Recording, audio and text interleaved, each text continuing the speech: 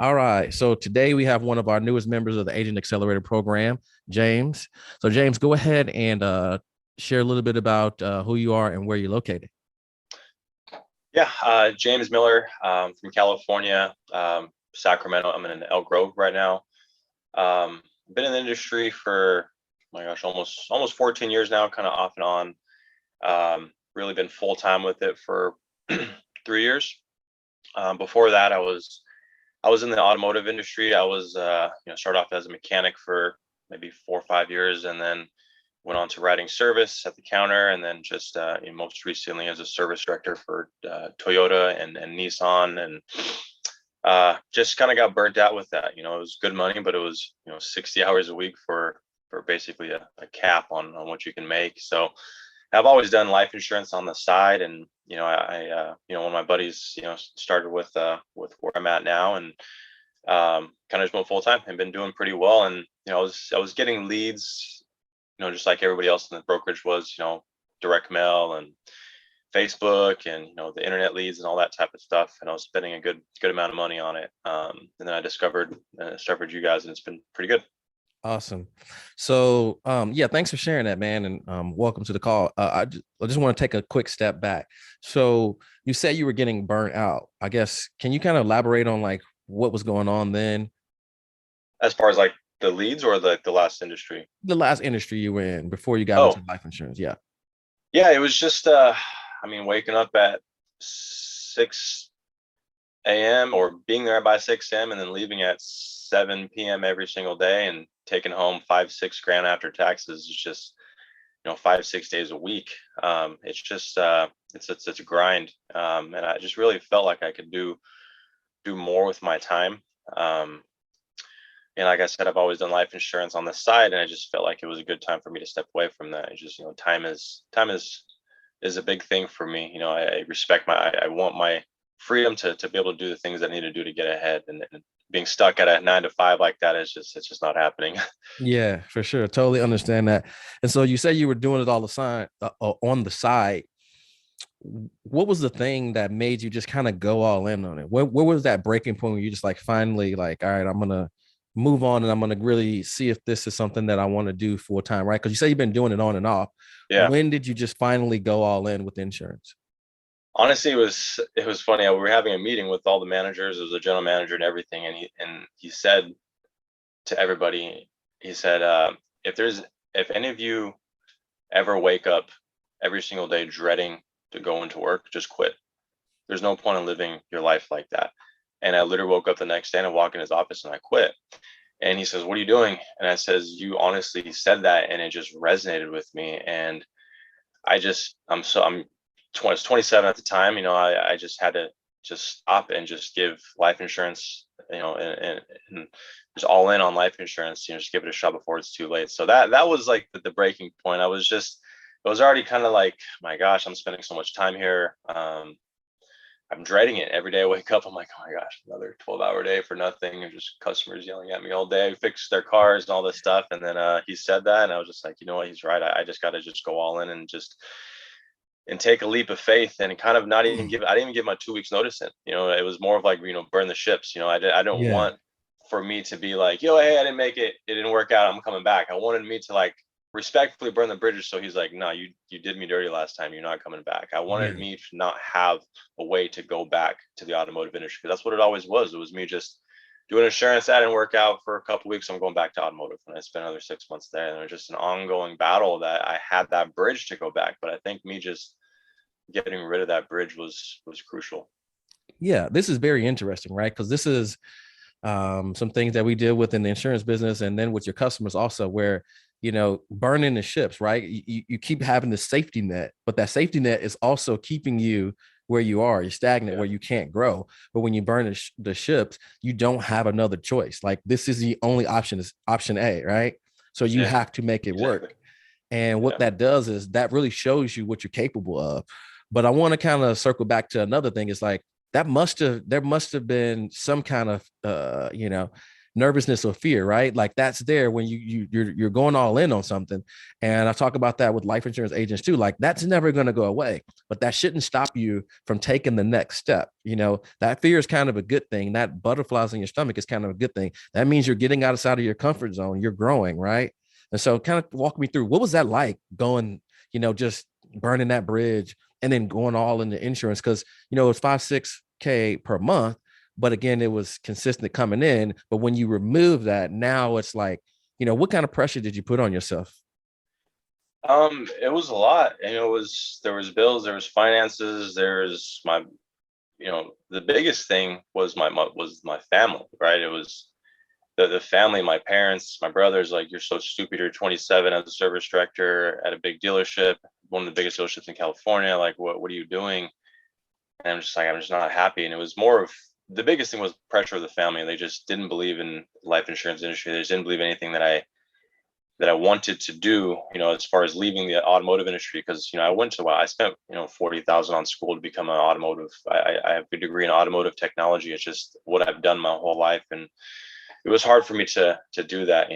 I really had to plan things out. I had to save up money if it didn't work out, where I can still last for a few months. But yeah, there was a lot of pressure from different areas. Yeah, awesome. Yeah, and so now it's like you have to make it work, and so that's your main focus. So tell me a little bit about how your experience has been so far. Before you met us, obviously, but just like being in insurance business, right? What kind of was going on for you before you decided to look into something like this? What were some of the challenges that you were facing? Um, when I got into this brokerage, obviously purchasing leads and stuff like that, that's a big change. And it was more so of me just trying to find which ones worked, I guess, the best for me.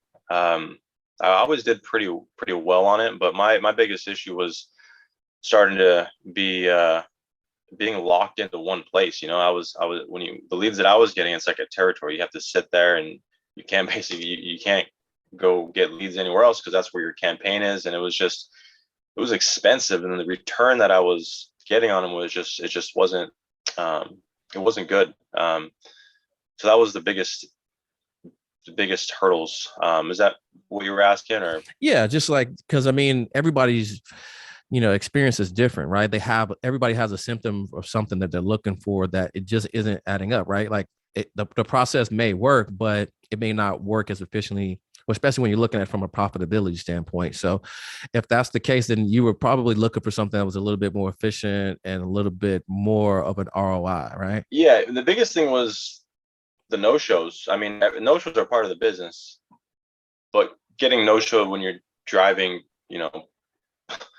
wherever you're driving to, showing up to the door and getting no show is a lot different than you just getting no showed on the phone, and you just hang up and then you just dial the next person. So I think that was my biggest thing, as far as where I had biggest troubles with, was just driving everywhere, driving to every single lead's house, booking 12 appointments on a day, and then sometimes just sitting with four or five of them on a decent day. It was just a grind, and I just needed to find something more efficient, something that I can trust, just so I can work with that at home, so I can be remote. Yeah, gotcha. Yeah. And so I know gas prices are kind of the topic right now. How much is gas in Sacramento where you are? I think it's like, when's last? It's like $6, 620 or Yeah. 630 or something like that. Yeah. So when you're spending that much money, right, and then you kind of get no show, how are you able to fight through that disappointment and knowing that it's costing you money to get no show, and then press through to get to that next appointment, right? And then hoping that one will show up. And if that one didn't show up, like how are you able to manage that mentally throughout the day? Just experience. I mean, it's just it's hard. It's especially it's funny, it's the ones that you are for sure sells, right? The ones that you talk to on the phone, like, oh, this one's going to be, it's in the bag, it's already a sell. And then you get there and they're like, oh no, we changed our mind or something like that. It's just the business. What I've noticed in the past 14 years, one thing that biggest notice is you got to keep the emotion out of it. It's a very, the emotion can really mess you up. And I've seen it mess a lot of people up. If the highs and lows, like, you gotta stand that level level playing field. You can't, just because you wrote 5K in one day doesn't mean you're writing 5K the next day, or just because you didn't write any business all week, doesn't mean that's how it's going to be forever. So I think my thing is just not get freaked out about the no shows so much, and just keep riding it, just keep going, because I always have the motto, the field owes you, and that's kind of what's kept me pushing. If I get no show, I'm like, it's fine, it's part of the game. The field owes me, and it's gonna happen. But it's just a grinding mindset to do. I was always trying to find a different way, because especially with new agents when they're coming on board, it's not as easy for new agents to power through that. Yeah, for sure. So because I've heard some people say that before. What does the field owes you mean to you? Like, what's your interpretation of that? Like, that gets you to remind you, like, the field owes you. What does that mean to you specifically? I mean, I've had big days. I mean, 8,000 on one sell in a day, and many times. So I feel like, the field owes me. I mean, it's going to happen. It's life insurance is a numbers game. That's all it is. It's really all it is. It's just, there's going to become people that you talk to, and there's like, I need life insurance. How much is it? I'll buy it. And there's other people you have to fight with. I mean, it's just a numbers game. The field owes me. If you get a string of 6 no shows or 15 no sells or whatever, I mean, the field owes you. It's going to happen, and that your time is coming. It literally is a numbers game. As long as you keep running the numbers, it's going to happen. So that's what I see as, the field owes you. It's going to happen because it's happened before, and you haven't been getting any luck. So it has to happen. Right. And that's a good way to kind of approach things. So I'm just curious, how did you even come across AJC and Arturo Johnson and Earl?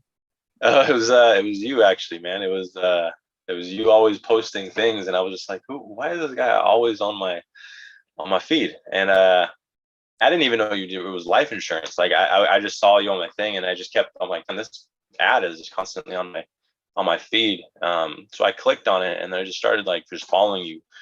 And then I think it was I saw somebody that worked with our agency that was on it, that was actually doing pretty good. So I was like, hey, maybe I'll look more into it. And I guess here I am. Yeah, awesome. How long I'm just curious, how long maybe were you following before you actually kind of looked into it? My gosh, man, I would say like 6 months, 4 to 6 months. Yeah. And that's interesting, right? Because then you start thinking like, man, this guy's been following me around for 6 months, right? Every time I pop up. So he must know something, right? Because consistency is one of those things, breeds familiarity. Then you see someone else and it's like, well, maybe I should look into it, right? What's the worst case happen? Yeah, good stuff. So yeah, man. Just from, because I think it's only been like 4 weeks since you've been in the program. So I'm just curious, what are some of your observations from kind of transitioning to doing it this way, right? Because this is a different kind of approach where, telesales, and then, us handling the lead flow and the appointment setter. What's that experience been like for you? What's the observation that you've taken from it just in the short 4 weeks? I mean, I like it. It's very efficient. Dial day. I mean, I'll be, completely transparent. I mean, dial day was my biggest issue. It was I had some issues, so call reluctance. I just some days it would be hard for me to sit there and dial 600-700 dials like I'm used to, and that's the biggest thing, is where I can literally just wake up and there's just booked appointments. And the thing is, I've tried other systems like this where it's like, oh, it's pre-booked, or there are a bunch of telesales leads that you can just contact, and a lot of the times when you call them, it's just like, I didn't fill that out, or it was just no interest at all. And surprisingly, the people that I get with this campaign, they're very, very interested. They know what's going on. Like this lady I called this morning, she didn't answer, and then she called me back literally like 2 minutes before we got on this call, and she's just like, oh my gosh, I'm so sorry. I need this insurance for me and my husband. I thought our appointment was later on today. Can we do it right now? And I was like, I'm gonna have to call back in like 45 minutes. So they're very interested, and that's what I really like about it. And like I said, the not really having to worry about dial day is pretty awesome. Yeah. And so what's that like, man? Because it's different. One thing where there's two obstacles that you got to kind of face. The first thing you got to do is be an expert of not getting people to hang up on you, right? And we know that, even the grinders, right? That takes a toll on you, right? We call it the soul tax, right? Like you got to pay that tax of getting beat up over the phone, right? Yeah. But then, I always say that most agents don't get burnt out from running appointments. They get burnt out from the $500 to $700 per day. So if we can kind of meet in the middle, right? You can't honestly remove it completely, but if you can start to, kind of sprinkle in some of this, right? Where people are like, hey, I'm sorry I missed, but I'll get back to you. Or can you call me back? That's a breath of fresh air because, again, we want to help people. And it is nice to speak to people that at least know what it is that we're calling about and they're interested in slightly. And then we can do our job better, right? So what's that Yep. like for you to wake up to some appointments, right? To not have to not on Sunday nights, right? Like, okay, Monday's Yeah. coming, and then get up Monday and have to like go through these things, or you find something to do, like, oh, well, I'm going to start dialing at 10, or, oh, now they're probably at lunch. And so I'll call them back at 2. And, honestly, I know other people struggle with that. So I'm just curious on what it's like to not have to do that so much anymore. It's good. It's a game changer, man. It's I get to do the things in the day that I never got to do before, and on top of that, it gives me 2 to 3 extra days where I can sell. I mean, the dial days that took 2 to 3 days out of the field, and at one point, what I was doing, I was dialing one day for the next day, one day for the next day. So waking up and not having to worry about that, and me, I'm trying to build my agency so I can work on the other things that I need to work on. I don't. Before it was like I would work 2 or 3 days in the field, 2 days dialing, and then maybe on the weekends I would do some stuff for my recruiting or my social media and stuff like that. But it's like now I just have an abundance of time to at least another couple extra days to do that stuff. And then at the same time, before I was running 6, 7 days a week with my dial schedule and my running appointments and all that stuff. I can actually have some free days, Sundays, Saturdays and Sundays. If I need to take some time off to do some stuff with the family, I can actually, I'm able to do that type of stuff. So really, it creates more freedom. I think the biggest reason why I got in the industry is because of the freedom, and this creates a lot more of it. Awesome, awesome. Yeah, so it sounds like you did okay in the first 4 weeks, like made it like a 4x ROI, which is important. But it sounds like the more important thing for you was having that time freedom, right? Getting your time Yeah. back, right? Is that correct? Does that sound accurate to you? I guess just That's exactly that's the biggest thing. Yeah. Yeah. awesome. So we say all the time, like, you probably seen some of these videos before, right? And now you're one of those people that are on these videos, and so agents will be looking at you as well, and they always, wondering, is this too good to be true, right? And Yeah. so, I'm just curious what you would say to, that agent that has been looking at it for like 6 months, just like you, right? What would that advice be, just, in regards to that? Because I know, like, once you get this going, one or two things are coming to your mind. It's like, man, I probably should have checked out this a little bit sooner, or this is something that's cool that I need to kind of share with somebody else. So I'm just curious, so what you would say to that agent that's out there looking for something, right? They tried everything and this sounds a little too good to be true, but they're on the fence of kind of checking something out like this.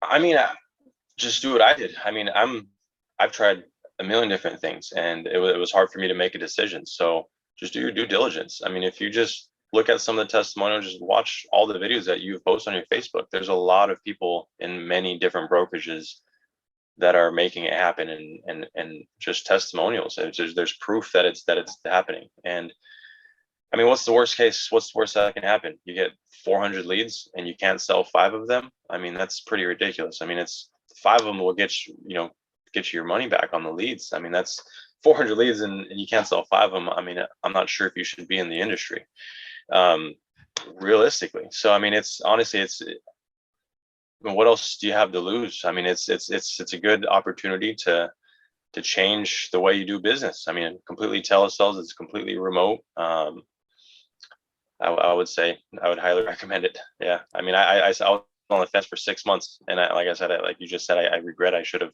jumped on it after the first the first month. Awesome. Awesome. Well, yeah, man, thanks for sharing your story. Definitely was important to kind of highlight the journey and the things that you've gone through.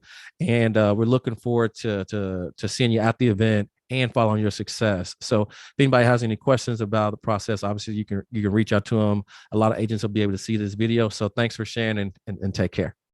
Appreciate it. Thank you guys.